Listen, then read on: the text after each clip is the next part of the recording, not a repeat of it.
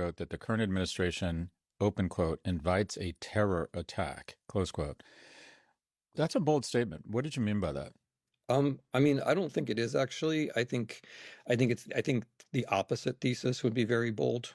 Like the idea that the administration is doing what it can to prevent a terror attack is absolutely grotesque, right? And so one way to consider the thesis is to consider the antithesis. And like we would all like to think that we have a government which is doing the normal things to prevent abnormal catastrophes.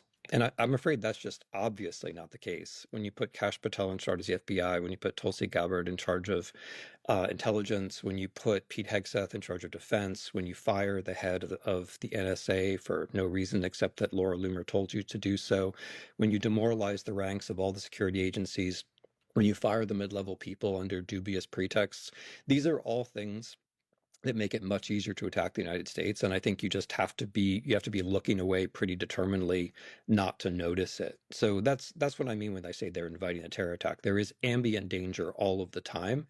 And what they're choosing to do is to ignore the actual danger. This is the second part, and to focus their eyes and ours on invented things, right? So suddenly like Tesla is the center of terrorism, or, El Salvadoran guys in Maryland are the focus of terrorism.